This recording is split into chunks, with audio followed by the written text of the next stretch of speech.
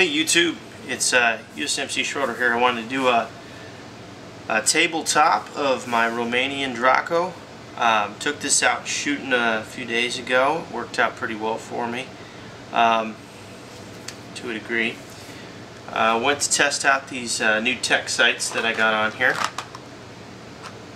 and shot from a rest and a post, but I found it very difficult to support the weapon. I was holding onto the magazine and the pistol grip and pressing the weapon up into the post and trying to fire that way. But a lot of people at the range were pretty impressed with the groups I got. I'll try to put up those videos here, but I'm not happy with it at all. My paperwork is in the mail, and soon I'll be putting this piece on, turning it into an SBR. Once I do, it's going to be a whole new animal, and I'm going to be very, very excited to put up videos of those groups. I think the best group I put up was about 4 inches, but considering that's out of a pistol at 100 yards, that wasn't really that bad. I experienced a lot of problems with the Golden Bear match ammo that I was shooting that day, though. And I was excited. I thought, okay, match ammo, this should be fun. No, it was pretty horrible. However, I know it was just the ammo because I also had 40 rounds of tool ammo that I put through it before. Loved it. It ate it all up. But yeah, I was having a lot of weird malfunctions. Stovepipes, failure to feed, failure to fire, failure to go into battery. Oh, a lot of crazy stuff. It just did not like that ammo at all. But like I said, the tool ammo worked perfectly. 40 rounds. No flaws, and that was before the Golden Bear. So, but yeah, I'm going to talk about this for a second real quick.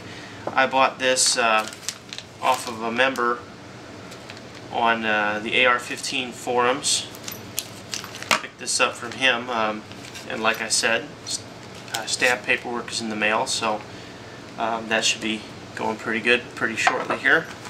I got the cover off so that I can show you guys, or at least point, that this is a Draco C, which has the underfolder trunnion in the back. So all I'm going to have to do is drill out the appropriate holes and mount the hardware. It should be pretty good.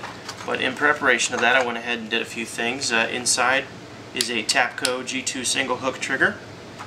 These are the old parts, and yeah, they're pretty good quality. I didn't have any complaints about any of this stuff. It was alright. I mean, here's the old shepherd's hook. Trigger, it's kind of blocky, but you know, during the function checks I couldn't feel any trigger slap. And the old hammer. Here's the old sight and front sight post. But yeah, I didn't feel any trigger slap. But I'm saving all these parts in case something ever breaks later on down the road. And then I'm also replaced with the furniture. This is the old Bakelite pistol grip and wood furniture. And to tell you the truth, this Bakelite pistol grip, I really like the material. Bakelite's really cool, but I don't know. Those Warsaw Pack guys, they must have had the tiniest hands on the planet, because I feel like I just crushed this thing, and I'm not a big guy. I'm 5'10". So, I mean, they must have been like 5'6", and this must have felt monstrous to them. But that, or they just like small pistol grips. But what I went ahead and did was I added the Tapco pistol grip here. Like it very much. With one exception, it does have the trapdoor on the bottom, which is cool, but it feels chintzy. It's not very tough. But in here I've got a bore snake, which I don't have the cleaning rod, so I didn't think putting a cleaning kit in there would be worth anything. So I figured the bore snake was a better use of my time. I've got another video up on YouTube if you want to look. It shows the bolt hold open modification, but you can see that's already done there. Works out pretty good. And another thing I've got is I ordered from Midway this Arsenal front hand grip. I got it because the underfolder is going to have to sit up in here, and I didn't want to get something crazy or anything that wouldn't work with this, like a rail. And at the same time, I'm not a big fan of rails, but at the same time, I wanted the heat shield. Otherwise, I would have gone with the Tapco Gorilla style. I was really into that until I realized no heat shield. And the Tapco Intrafuse, the blocky one with the rail on the bottom with the cover, I mean, you know, it's got rails all over it. I don't want rails. I'm trying to keep this as lightweight as possible.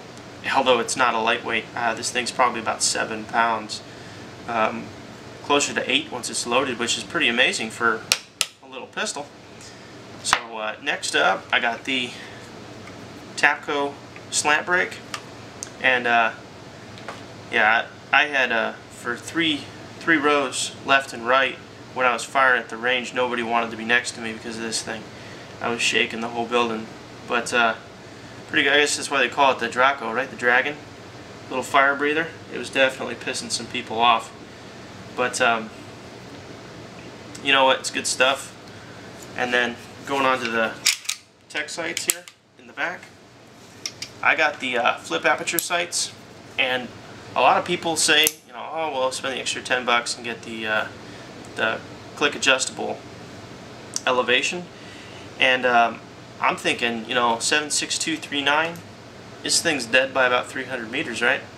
So that's what this flip setting is. The higher flip setting is 300 meters. So perfect. It's not going to encourage me to shoot past that. I mean, I'm already running a short barrel. I really don't think shooting past 300 is a very viable option. Even though ballistics show 7.6239 performs a lot better out of a short barrel than 5.56, which is something to throw in the face of the AR crowd, that 5.56 doesn't compete with the 7.6239 out of a short barrel. But hey, you know, all this stuff put together, this is going to be really great when it's all done. And I hope you guys look forward to getting those videos. But one more thing I wanted to document real quick was the fit and finish on the Dracos. I've heard, I can't confirm it, but I've heard that the Romanians put these together, give them to Century, and Century just stamps them, sends them to the US. I can't confirm that. But to tell you the truth, I mean, a lot of the parts look pretty good. Kind of reminds me of like the fit and finish on an SAR-1, which those are nice. Here you can see the mag wobble. Try to hold still. You can see that tiny little bit of mag wobble. Try to hold still for you guys. There you go. It's insignificant. There's a reason why you're not really gonna see much. So, but yeah, Romanian Draco. All in all, I'm pretty impressed. I'm happy with it. The only thing that I wasn't really happy with was when I put the tech sights on. I noticed that it's either the front side or the gas block is canted. So, being a die-hard aperture fan, I went ahead and I kind of whacked off the front lips here. So call me crazy, but I don't care. It's my rifle, my baby, my way. So I did what I wanted and chopped this down. It gives me a pretty good field of view. I'd say my sight picture comes together and I get most of the hood about like this. And then I get the ghost ring about like that. So I can't quite see all of the front sight, but I can see about 60% of it, and still more than enough to put my post on target. So other than that, that's my Century Arms Draco. I hope you all look forward to the more videos. Once I get this attached, should be pretty good stuff. I'll be trying to get some CQB stuff out there, some drills, some longer videos. I know a lot of videos on YouTube are like 30 seconds long, and that bothers me. So, but yeah, I'll try to get longer videos out there for you guys. That way, those of you who are really interested in some detail can see it. I'm not going into nothing fancy detail, but hey, I'll do my best. Thanks for watching.